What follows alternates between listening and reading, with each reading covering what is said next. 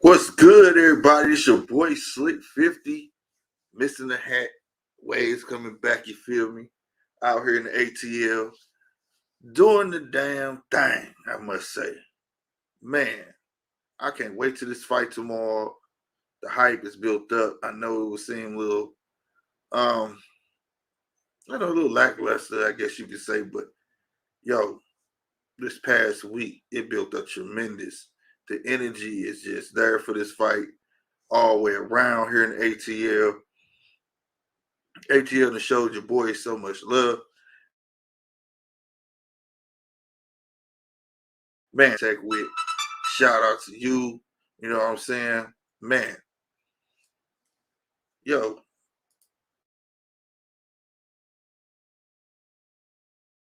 pardon me if the internet is a little slow too. I'm using a hotel Wi-Fi and it's not all that. So if it's lagging, let me know. Um, but nevertheless, it got done. Like I said in the beginning, we was gonna get that interview with Jay Prince. We got it, and it will be coming soon. I upload fight, so be sure to check it out. You know what I'm saying? Support that. Um, More of the interview coming in the coming days. I got interviews with Vander Holyfield, the legend. Uh, just we got content coming. You understand me?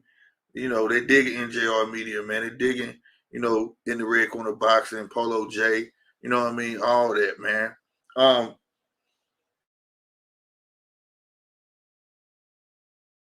Not are you gonna check it out? Which you better check it out. It's gonna be on ESPN, so ain't no excuse. Not Jamel Herring, humble dude, bro. I can tell you this: the dude seemed unfazed,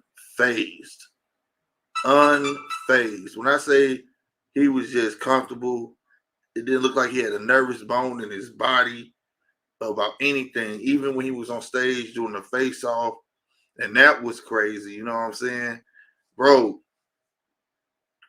That face off was nuts. Jamel Herring was just stone faced, you know what I'm saying? Even when he tried to take, it was a part where Shakur Stevenson tried to take the belt. I'm up below right after this, you know what I'm saying? I should have did it before this, for real. A lot of lag for real. Yeah. This is Oh, okay. So, you know what I mean? But well, shout out to right on Polo. But other than that, you know what I'm saying? That was one of the best face-offs ever. I didn't expect Shakur. I felt like he was gonna try something, you know what I'm saying? Man, he did, but nevertheless, it created the hype for me, man. I think both of these guys gonna come in there and put the pedal to the metal. It's gonna be about who got the biggest heart, who want the best. We talking about two guys who pretty much know each other inside and out. You got Shakur Stevenson, who goes to Bomax Gym and trains a little bit before every fight. Well, I don't know every fight, but Jamel Herring stomping ground. So these guys, they don't tell them what they do. I don't know if they were sparred against each other enough to know each other. You know what I'm saying? And we definitely know Bomac know Shakur Stevenson. So I am dying to see the game plan that Shakur Stevenson is going to have to change up to counteract that. He's going against a monster that you could say he kind of created because they kind of know his ins and outs. So that's going to have to come from the smarts of his trainer and them. But nevertheless, I think that it is going to be the same Shakur with some things added. It's not you're gonna come and think it's not gonna just be about counter punching. It's not gonna just about making. It's not gonna be about just making him miss. It's gonna be more about making a big statement. You know, This fight right here, believe it or not, can catapult him to other big fights. He may get the fight that he wants. You know, with the Matrix, and if he get that fight, and he survived that fight, he may get Tio. Who knows? And there's plenty of others. You know, everybody had him painted at one point. Like he could be the next Mayweather. He could be this. He could be that. I also believe that Jamel Herring has a great chance of extinguishing that fire. And that is Shakur Stevenson. I really, by talking to him, believe that he's gonna come in there and give his all. And by talking to him, like he said, he is expecting the best version of Shakur Stevenson. So he's ready for whatever and anything that can give. You know what I'm saying? That man can give him. I don't think that. I don't think that for a second. What's up, Chappelle? I don't think for a second that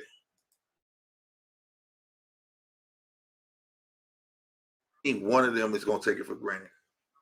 I don't. I don't. I think this is gonna be one of those fights where you're gonna say, okay, this is gonna be a good fight, and it's gonna end up turning to be a great fight. It's gonna be a fight where you could watch this one over again. That's how I feel. A lot of people say Shakur don't like getting hit. A lot of people say Shakur got to stand there and make you miss, win off points. I think Shakur knows that he has not a lot to prove to the world, but prove to himself that he can go to that next level. And I think he's gonna do it. I think he's gonna do it. I think he's gonna show the world that I'm not just a hit and miss boxer. That's just the bottom line of it. You know what I'm saying? But Jamel Herring just Jamel Herring as a threat in this fight. I didn't. I feel like the what was that blood, sweat, and tears to do him no justice. I feel like it made you want to look over him a little bit. Like who did this guy? But talking totally different thing. This guy's gonna come to bring the pain. He's gonna bring it. I'm telling you, you had to see it for yourself. You had to see it for yourself. The man had no nervous bones in his body. Didn't run out, stayed in the conference room the whole time, stayed around, wasn't afraid, none of that. As y'all seen, as I've seen, we watched boxers don't even want to answer questions after the weigh-in. They walk straight out. You know what I'm saying? Who is that walked straight out? Mrs. Z was interviewing, caught him walking out.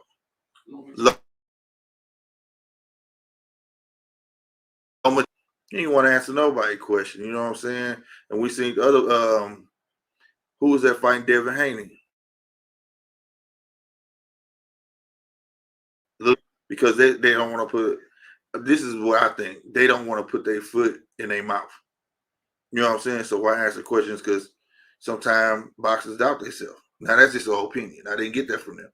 But usually when a boxer is willing to stand there in the fire, answer any question that comes his way, whether they feel like it's a bogus question or not, you know what I'm saying?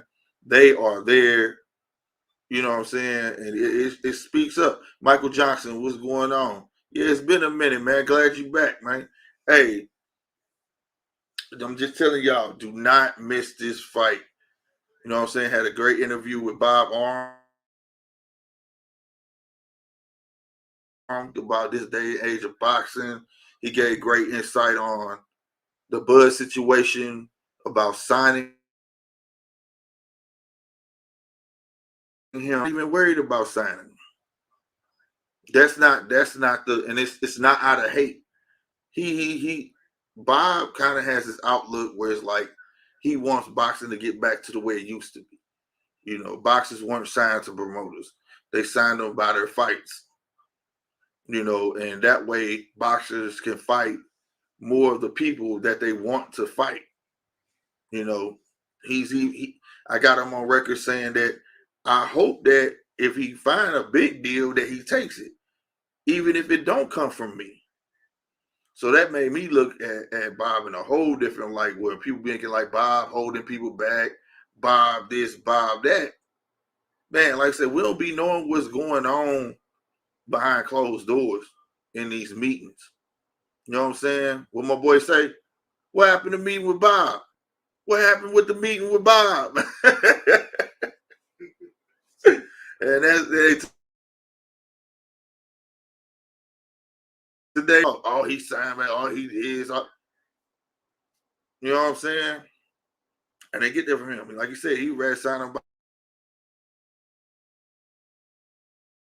fight your own boss. Be your own boss. And that's what I like that I got from him today. Um, what's my boy name? Holyfield. Holyfield had a great, great, great talk with Holyfield, man. That's another humble cat. He had a great point. I want to ask y'all this.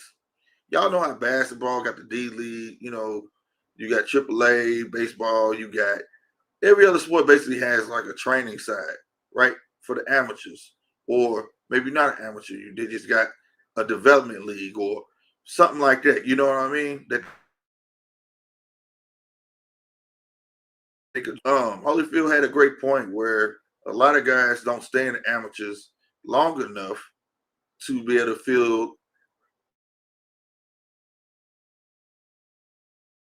you know, and this is what I'm saying. Like, but this is what we were talking about.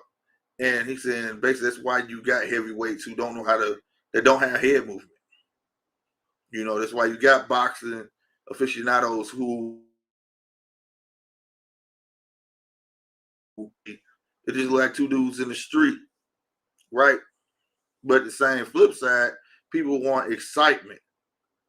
Do y'all feel like boxers have to have a set amount, a number of amateur fights? Now he didn't say that. He was like I asked him, and he was just like, "Nah, man, gonna do what they want to do." But at the same time, it kind of makes sense because think about it, right? Vasily Lomachenko.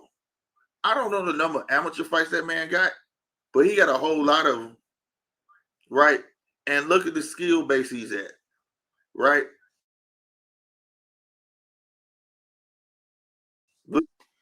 Right? 300, I know it's like 300 and something amateur fights. Fighting that many fights, you think, right? Makes perfect sense. And then when we see these guys in the ring, we be amazed with the oohs and ahs of their skills. Like, that dude just cold, man. Right? Now, there are some boxers that are just naturally talented. They can put their foot to the metal, you know what I'm saying, and do a guy in. Who don't follow crucial direction and add their own spin to it, and it works, right? But I kind of agree. I think that the amateur scene is a spot where you should have to spend some time, and maybe if we would have a lot more well-produced boxers, right? It's all quantity above quality. You get what I'm saying? We have two great boxers. When if you stayed long enough, it may be a 50-50 ratio or 75-25 ratio out of that 100. But who knows? You know what I'm saying? It's just something to think about. Um, but he did let you know, like you said, that's why you had the fight we had. That's why you saw AJ how he was. He couldn't understand, like, the smaller man gonna come to box you. He has no choice against a little man, which he didn't. But if the amateur part, he would have known that because he would have fought small, short, all different heights of men, different styles. So in other words, that part shouldn't even have been told to you by a trainer. Like you would know how to shoot down. You know what I'm saying? Instead of shooting over his head like that and all of that. And he had just a bunch of valid points that made a lot of sense. You know what I'm saying? Like for instance, why do you gotta if you could hit the dude and you know you could touch him, go and get him out of there. Now I didn't even look at that. If you touched him one time and you know you can get to the guy, why not go in? Why you gotta wait to get hit to be amped up to go the get amped up to go? He pointed it out and it was a fact. And he said he had that same problem. He said his mom told him though, why you playing with them? Why you letting them hit you back? And if you know you could hit them and they can't hit you, go on and take them out. He said, once he heard that, he said it made perfect sense. And that led into the talk of how important it is for a boxer and trainer bond. And he was like, that's the person you gotta trust. That we do know. But if you can't trust your corner, that point because they're your second eye. They are your second eyes and ears. They see, and hence now we got AJ looking for a whole new trainer. I read somewhere he was saying he needs an American trainer to beat. You get what I'm saying? To beat Alexander Usyk. Now that I don't know if that's true. If he needs an American trainer, but I do know that it's a 50-50 thing. He can get any trainer, but he has to be willing to listen. And if that's the case, he got a lot of work to build. And also, if he goes past that, if he go with the new trainer situation, where Deontay Wilder got a new trainer, didn't have a tune-up. We saw a little bit of it in the first and second round. Soon he get touched, he just go back to the old Deontay. Is that gonna be AJ? Right? Because he ain't taking no tune-up. He going right back to Usyk. So you're gonna get with a guy. And I get it because you had Tyson Fury who changed. Well, people think he changed. He didn't change. You see what I'm saying? People think that man, he never had power. He never had power. Get people out of there. You box, box, box, box, but you're not putting all your emphasis on that punch. A boxer's scheme of way of fighting. Tyson Fury still boxed, but he just showed him how to mix it up with power punches. That's all he did. He basically just showed him how to punch. You know what I'm saying? Shout out to Mr. Skinny up in the house. What's good, man? And that's all it was for real. So now it's like, oh, everybody's switching trainers and thinking it's gonna work for them, and not realizing,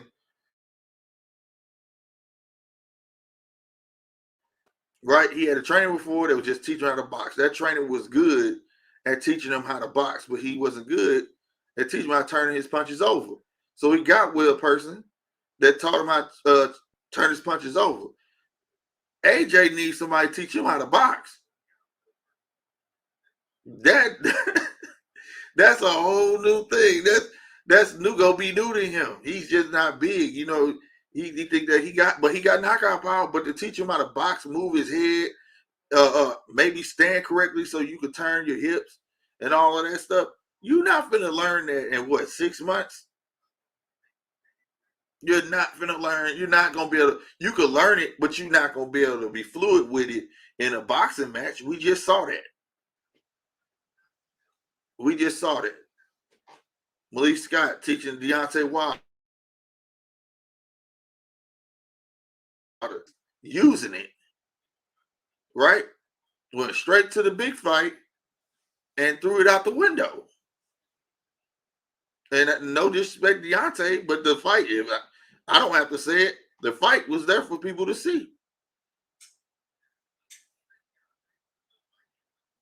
Same thing with AJ. That I'm hoping we don't see that, but I'm not saying getting an American trainer is gonna make a big difference.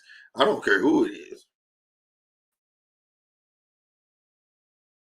I don't care. I don't see it because that's a whole lot of work. A whole lot of work. Because in my opinion, Usyk shouldn't even got that close to his face. He could have held his hands out like this every time Usyk was coming at him, and that would have prevented him to get it from his face. Like, hold on. He didn't do that. He ate punches all night. So I feel like the amateur scene, I do think that it should be more used to develop your fighters. And now I'm starting to see why European fight, he went pro late, but that don't mean he started fighting late. That's more so on the American side where boxers just jump into boxing late, right? Most of the time when you hear like a Vasily Lomachenko, where he come from, Triple G, big amateur boxing background from Kazakhstan, all of them type of fighters, that's why they stay in there. And then those guys hit the pros, have some of the smallest records, and be called boogeymen.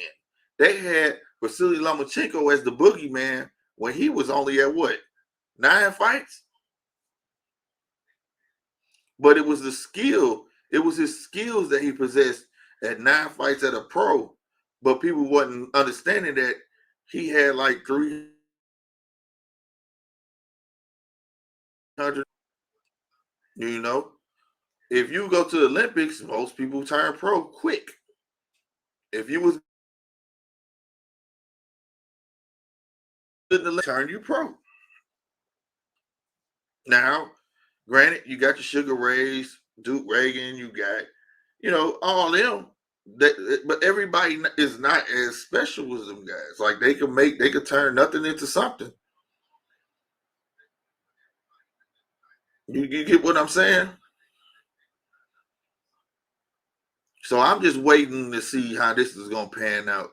And today, just talking to boxers face to face, they have interesting opinions. Very interesting opinions. Shakur Stevenson has overcame adversity. He has the attitude of a giant. Like you can't nobody get with me. He showed me the last fight, Nakathila fight, that he can make split decisions and can adjust to pull the fight out. For his hearing, he showed me that if you got the heart, you can pull anything out. The fights that he wasn't supposed to win, he dominated.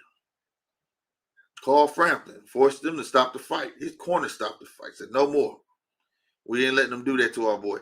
All of those fights count. You know, it was on TV, but if they were promoted at a higher rate, you would have. I think people would have a different look at Jamel Herring. That's the thing too. We pick and choose to promote what fighters. Sometimes it's not even about the skill level. It's just the fact that they're winning. You get what I'm saying? Instead of promoting on an all around scale of every, you get what I'm saying? Like for instance, perfect example, Mayweather. Mayweather, what people don't understand, Mayweather rose from the bottom It wasn't until the Oscar fight that he was like promoted beyond. I'm talking about promoted beyond any boxer I ever seen. I'm talking about the type of promotion it was. He had no choice but become a household name. If you could do half of that for the sport of boxing as an overall to get people to watch, people would know who Harry Name is. But like I said, then it would be up to him to be special enough to stick, to stick out like a sore thumb.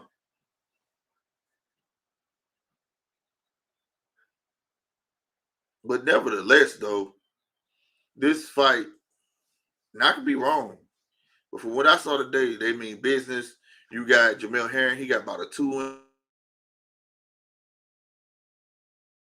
inch.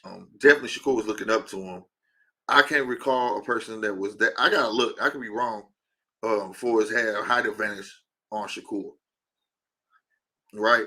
Shakur don't look like he's gonna be bigger than Herring unless he just rehydrates crazy. But he's definitely not gonna have the height advantage and the reach advantage. So I don't care how big a reach. If that fighter knows how to use that reach, it's a big thing. You know. Shout out to Mom Nancy Washington in the house. How you doing? But nevertheless, I feel like Jamel Herring has them advantages. Jamel Herring is very fast. Jamel Herring has a great hook. Jamel Herring has everything you would want in a boxer. Real talk. Speed, gas tank, agility. He believes in himself, which is the main thing. And he really believes in his corner. He believes in Bo Mac. Shout out to Bo Mac. You gonna give me that question? It's inside thing. But at the end of the day, I feel like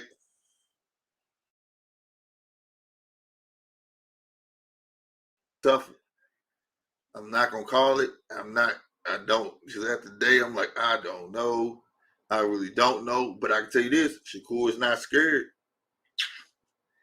and I don't think I'm ever gonna see him scared of anybody.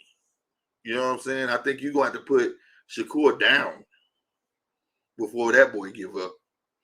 That boy confidence is through the ceiling. Like he don't need nobody to pump him up. He don't need nobody. He don't need that's in him. It gotta be from birth. God gave it to him. I'm talking about and that type of confidence, man, it's a thin line, but he know how to do it. Like you said, he been training himself to learn how to turn it on and off. It ain't no friends. I come in there, you hit me, I'm not gonna like you, so I'm definitely finna beat you up. That's what it's about.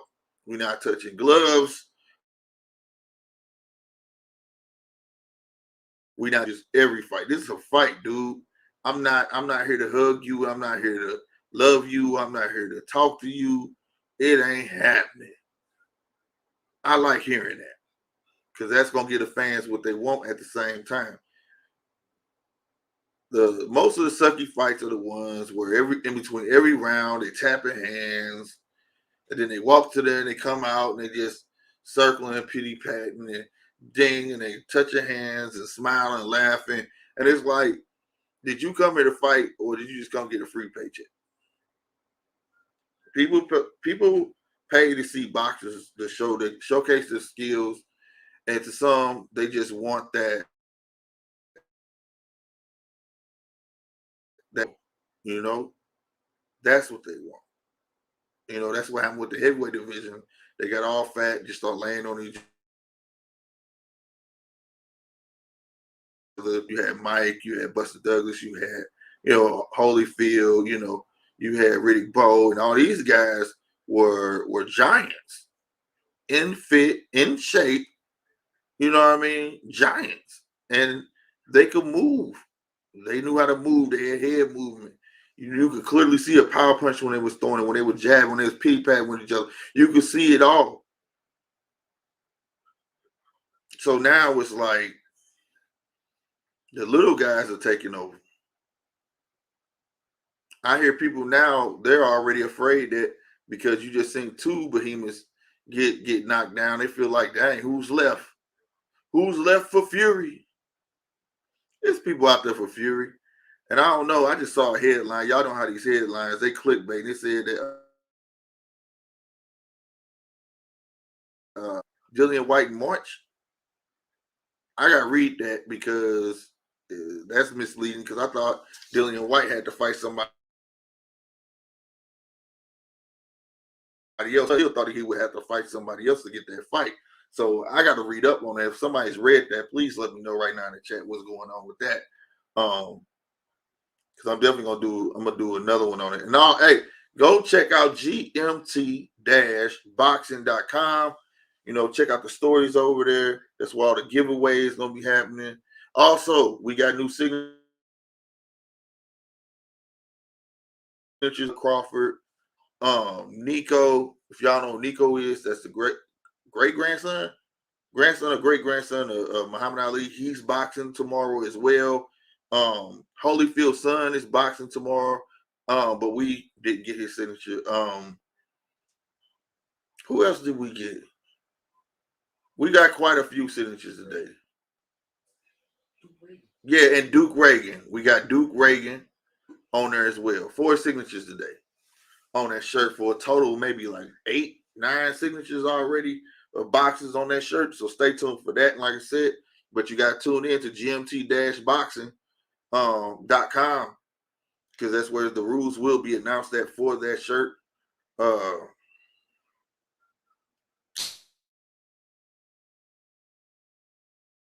Yeah, love. The experience is great. I still got my, I don't know if y'all can see it, armband on from being back there with the guys. I wish all them people that was in here saying that. I wish you. Mm-hmm. I'm talking to y'all. I'm talking to y'all. I wish y'all was here. You know what I'm saying? So you can see this. Oh yeah, Jay Prince coming at you live and in living color, and you're watching GMT Boxing. Yeah. Very real. Very, very, very, very, very, very real, sir. Again, stay tuned for the rest of that interview and all the other content we got coming on, man. You know, just want to come on here and show some love while I'm out here. The show don't never stop. You know what I mean? Shout out to In the Red Corner Boxing. You know what I mean? My boy Polo. Shout out to NJR Media. There's something else I'm missing, y'all. It's something else I'm missing. It's a fight on now. Y'all set up and whatnot. Got a makeshift thing going on. I forgot to cut my light on. I see. That's why I'm looking at the screen like, why is it so fuzzy? Maybe that'll help. There you go. That do look a lot better, don't it? But yeah, it's another fight on. I want to check it out. So you know what I'm saying? But he ain't interviewing, doing somebody else's fight. I can't wait to get that interview. You know what I'm saying? But it's coming because we know for a fact it's coming. Now we'll get the interview with Bo Mac. You know what I'm saying? Who else did we bump into there? It was so many, man. It was so many, man. Shout out to Jay Prince. Shout out to Mike Prince. Shout out to everybody we came kind of watching GMT Boxing, NJR Media. We doing our thing. You know what I'm saying? See the shirt. You can't get one of these. Shout out to No Limit War. What's going on? E-Dub in here. What's going on? Rum. What's going on, y'all? Shout out to Skinny for falling through. Michael Johnson, it's been a minute. Quit being a stranger. You hear me? But nevertheless, man, y'all make sure y'all check out that fight. I am going to be at the fight. If I can stream live, I'll stream, show y'all we there, whatever the case may be. You know what I mean? So we will be attending the fight as well. Again, big things, big things. You gotta get your arm, man. You'll get one of these though. But well, but yeah, hopefully we can get some more interviews with more stars because stars is gonna be there lining up. You know what I'm saying? They coming in today and getting ready. They'll be in tomorrow. Like I said, stay tuned for all the content that I'm finna upload. I need to do that now. Other than that though, it's your boy Slick 50, man. You said it yourself to all my haters and everybody, man. All I can say is I told you so. Oh, shout out to New Growth Realty. Shout out New Growth Realty. You know what I'm saying? They doing that thing too in a big way. You know what I'm saying? Miss Lacey over there handling business. Make sure you go give them a call. All right. If I can find it, I will put it on the screen for you. You know the slogan: if you need a house, you live in Missouri, Georgia, where I'm at right now, or even in Illinois, give New Growth Realty 9113. They're changing the community one home at a time. Again, that phone number is 314-448-9111, Georgia or Illinois. Nice and always buy houses. If you need you want a second opinion, learn about equity, any type of question, well, how do I get a title, switch titles, or all that good stuff, give them a call. All right. And again, make sure y'all go check out GMT Boxing right there on the screen. You did support the website. All the contest rules will be handled over that way. So check frequently and often as possible.